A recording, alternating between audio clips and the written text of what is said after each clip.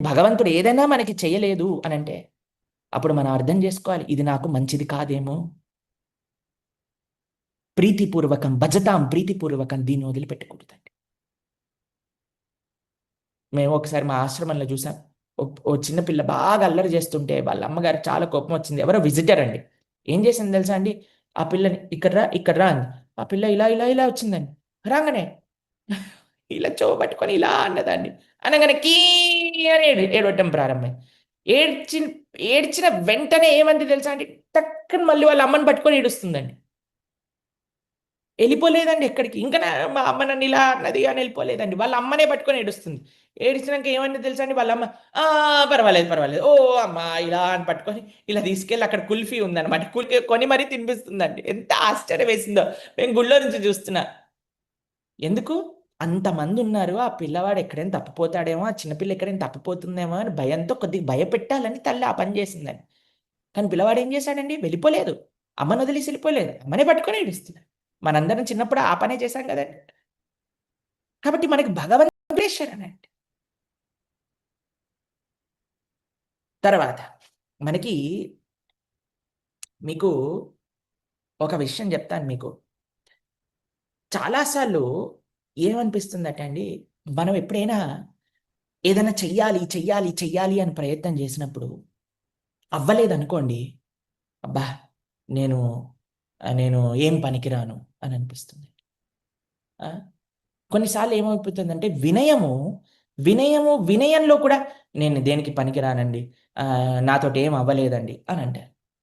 కానీ నిజమైన భావన ఏంటో ఒకసారి మీకు స్క్రీన్ పైన చూపిస్తాను. మీరు జాగ్రత్తగా అర్థం చేసుకోవాల్సిన విషయం. Humility is not insecurity. వినయం అనేది అభద్రతా భావన కాదండి. చాలామంది ఏమనుకుంటారో తెలుసా అండి? హ్యూమిలిటీ యొక్క ఆపోజిట్ ఈగో అనుకుంటారు. కానీ మీరు ఈ స్క్రీన్ పైన జాగ్రత్తగా అర్థం చేసుకోవాల్సిన స్లైడ్ అండి ఇది. 3 విషయాలు ఉన్నాయండి. First ego. ఈగో ఏంటి తెలుసా అండి? నాకన్నీ తెలుసు. నేను ఏదైనా సాధిస్తాను. నేను సాధించలేనిదేమీ లేదు. నా ముందు ఎవరు నిలబడలేడు. ఆ ఈగో ఎక్కడి వరకెళ్తుంది అంటే నేనే దేవుణ్ణి అనే భావన వరకు వెళ్తుందండి. ఏది? మనకు అహంకారం ఉంటే. కానీ ఇక్కడ చూడండి ఇన్‌సెక్యూరిటీ మూడో భాగం చూసారంటే ఇన్‌సెక్యూరిటీ అభద్రతా భావన. ఇదేమిస్తుంది? పాపం కొంతమంది ఇప్పుడొచ్చి ముఖ్యంగా యువకులు మాతో చెప్తుంటారండి. నేనేం చేయలేనండి. నేనసలు జీవితంలో ఏది సాధించలేను. కాదయ్యా! I cannot do anything. I am waste అనే భావన. నేను వ్యర్థము. నా జీవితం వ్యర్థం అనే భావనలు కూడా అప్పుడప్పుడు మనకి కలుగుతూ ఉంటాయండి. కానీ ఈ రెండిటి మధ్యలో ఉందేంటి తెలుసా అండి? వినయం. వినయం ఏమిస్తుందో తెలుసా అండి? I can do something. ఎందుకో తెలుసా అండి? మనం భగవంతులం కాదండి. We are not God. మనం భగవంతుడిని అవ్వలేమండి. కానీ మమై వాంసో జీవలోకే. మనము భగవంతుడిలో ఒక చిన్న పార్ట్ అండి. మనం భగవంతుడిలో పార్ట్ అంటే భగవంతుడి యొక్క ప్లాన్‌లో కూడా మనం ఒక పార్టే. భగవంతుడు ఒక ఒక ప్లాన్ చేస్తే ఆ ప్లాన్‌లో మనకు కూడా ఒక రోల్ ఇచ్చాడు. ఎందుకు? మనం కూడా భగవంతుడిలో ఒక అంశ కాబట్టి. అలా అని మనం నేనంతా నేనన్నీ చేయగలుగుతాను. నాకు సాధ్యమైనది ఏం లేదని గర్వం అవసరం లేదు. నేను ఏమీ చెయ్యలేను అని బాధపడాల్సిన అవసరం అస్సలే లేదండి. వినయంగా భగవంతుడా! నేను నీ యొక్క అంశ కదా! నేను ఏదో ఒకటి నీకు చేయగలను కదా! మీకు చూడండి నాకు ఈ విషయం గురించి ఆలోచిస్తే ఒక విషయం మనసులోకొచ్చింది. మేము సిక్స్త్ క్లాస్‌లో చదువుతున్నప్పుడు యాన్యువల్ డే డ్రామా అండి. అయితే టీచర్ అందరిని సెలెక్ట్ చేసిందనమాట. ఒక 50 మందున్నారు. అయితే ఒక్కొక్కళ్ళకి మా క్లాస్ టీచర్ ఒక్కొక్క రోల్ ఇస్తుంది. ఒక పిల్లవాడెళ్ళి, "నాకేం రోల్ ఉంది? నాకేం రోల్ ఉంది? నాకేం రోల్ ఉంది?" అని అడుగుతున్నాడు. అడుగుతుంటే టీచర్ అంది, "ఒరేయ్! ఓపిక పట్టురా, ఓపిక పట్టురా." ఆ పిల్లవాడు ఏం చేశాడో తెలుసా అండి? ఎళ్లి స్కూల్ టైమ్ అయిపోయింది. వాళ్ళ నాన్నని పట్టుకొచ్చారు. "అమ్మ నాకేమి టీచర్ రోల్ ఇవ్వట్లేదు. నువ్వు చెప్పు" అనంగానే వాళ్ళ నాన్నగారొచ్చారు. ఆ! వాళ్ళ నాన్నగారొచ్చి టీచర్‌కి చెప్తున్నారు. "ఏంటండి మా పిల్లవాడు ఏడుస్తున్నాడు. ఏమి రోల్ ఇవ్వట్లేదట" అంటే, "టీచర్ వెయిట్ చేయమని చెప్పు. మెయిన్ క్యారెక్టర్స్ ఏవైతే ఉన్నాయో వాటిని డిసైడ్ చేస్తున్నాము. ఒక్కొక్కళ్ళకి ఇప్పుడు చూడండి కొంతమందికి ఇప్పుడు రాముడు క్యారెక్టర్ ఎయ్యాలనుకోండి పొడుగుండాలి. ఆ! కొద్దిగా పర్సనాలిటీ ఉండాలి. ఆ! తర్వాత అలాంటి క్యారెక్టర్లు ఇప్పుడు చూడండి కొంతమందికి లావుగా ఉండాల్సిన కొన్ని క్యారెక్టర్లు ఉంటాయండి. వాటిని తీసి పక్కన పెడతారు ఫస్ట్. కొంతమంది అయితే డ్రామాకొచ్చేటప్పుడే వీడు దీనికోసం, వాడు దానికోసం అని సెట్ చేసుకొని వాళ్ళని తీసుకుంటారండి. కాబట్టి ఈ టీచర్ అన్నది, "అరే! ఒక్క నిమిషం అయ్యా కొన్ని క్యారెక్టర్స్ అసైన్ చేస్తున్నాను. మీ వాడికి కూడా అసైన్ చేస్తాను. జస్ట్ టైమ్ ఇవ్వండి అంతే" అని అన్నదండి. కాబట్టి మనందరికీ భగవంతుడి యొక్క సృష్టిలో ఒక భాగం ఉన్నది. We all have a role to play in Krishna's plan.